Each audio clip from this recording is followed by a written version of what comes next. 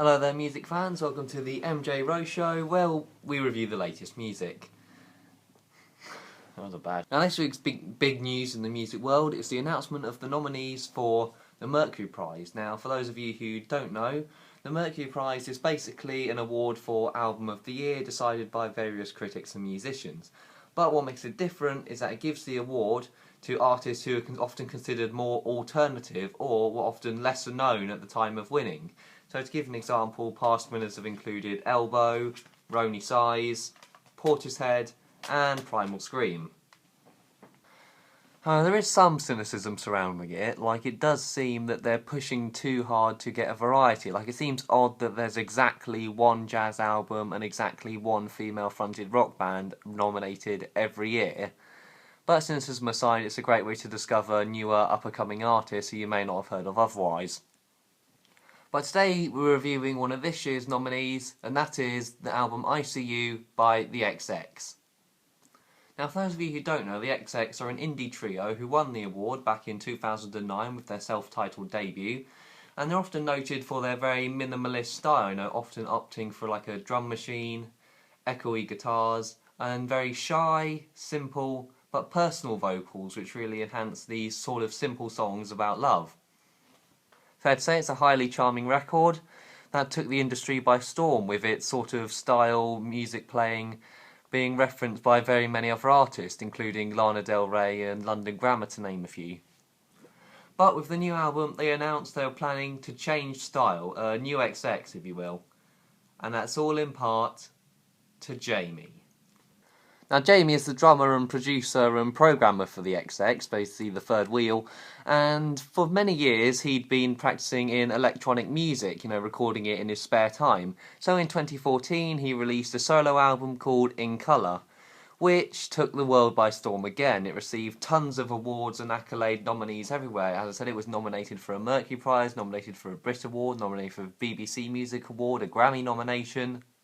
Alas, it didn't win any, but all the praise was there.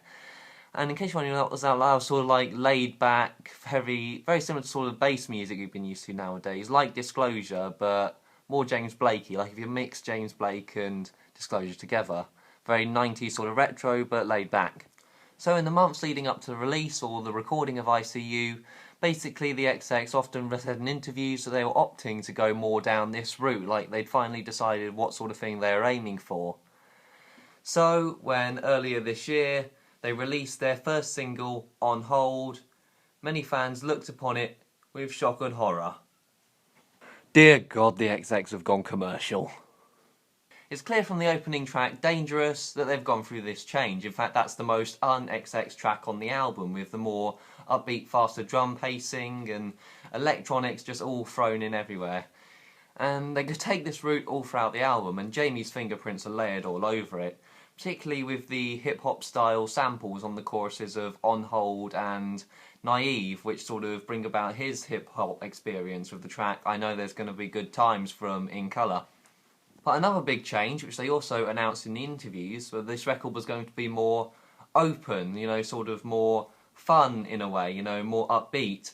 And that's clear from how the vocals suddenly sound more confident, because on their debut, the vocals are often very sort of shy, never like raising or anything like that. Now this was down to a practical reason, because a lot of the album was recorded in one of the members' houses in the middle of the night, so he didn't want to wake anyone, so sung quite quietly. But along with the guitars and minimalism, this helped to add a very personal touch that sort of, as I said, gave a charming touch to all the love songs throughout the album.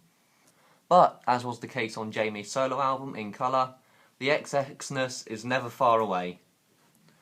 So despite all the popness, all the essential XX elements are always there. This is most apparent on the track A Violent Noise, when under Romy's vocals you have this gradually building up electronic, like on a big trance dance track where you have that sudden build up before the drop, those moments where you have David Guetta going.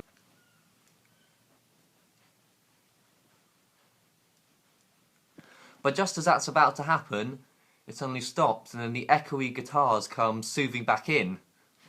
But if I had to give this record one major flaw, it's basically sameness. So like I said, you've got the hip-hop vocals on the chorus of one track, but then on another you've got the duetting vocals about love, and then all under the same sounding chilled electronics, which are building up and then followed by a guitar gently soothing in. It's basically like that all throughout, you know, all the albums have the same sort of tempo, same sort of mood. And that can make it hard to distinguish tracks, or at least make it a bit harder when you're actually truly listening to the album through headphones as a whole thing. I'd say it's Mason the best likely to have it as a background album, say for instance. Because despite me being a fan of the old XX, I have to say, for what it is, it's pretty good. It's not like fully hook-ridden pop or anything like that, you can't like get up and dance. But when it was released, midsummer or spring, it's absolutely perfect for that sort of purpose. Tongue twister there. Because the laid-back sound, fitted with the brand new openness and confidence in the vocals, basically makes it easier for easy, fun summer listening. So like if you're having it on at a barbecue, having it on whilst chilling on your bed with the window open, it's absolutely perfect for that sort of thing. So it hits its target bang on.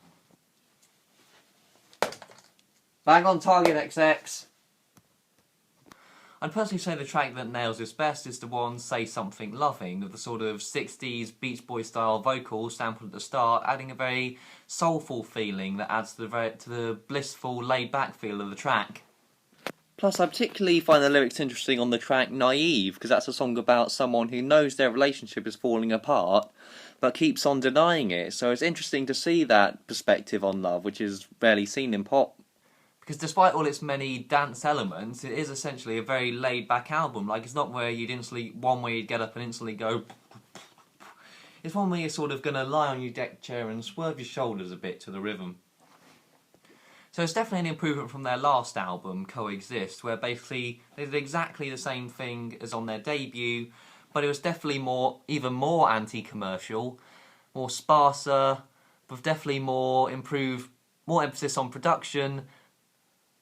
But alas, it just had something missing, you know, no key standout tracks, nothing particularly catchy about it.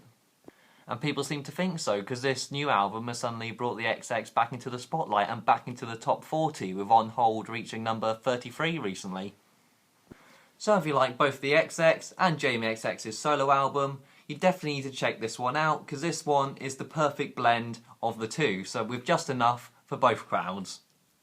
I'd also highly recommend the album Truth is a Beautiful Thing by London Grammar, which is also highly laid-back, guitar-heavy indie, but with more powerful emphasis on production. Like, you definitely need to listen to this through Beats or Bose. And her vocals, they'll definitely please any fans of Florence and the Machine, because just sheer power in them. If you want something lesser known, I'd recommend trying The Midnight Sun by C. Duncan, which is again highly calm indie but with a heavy electronic emphasis, and it has a sort of ghostly feel with how choral the vocals seem at times.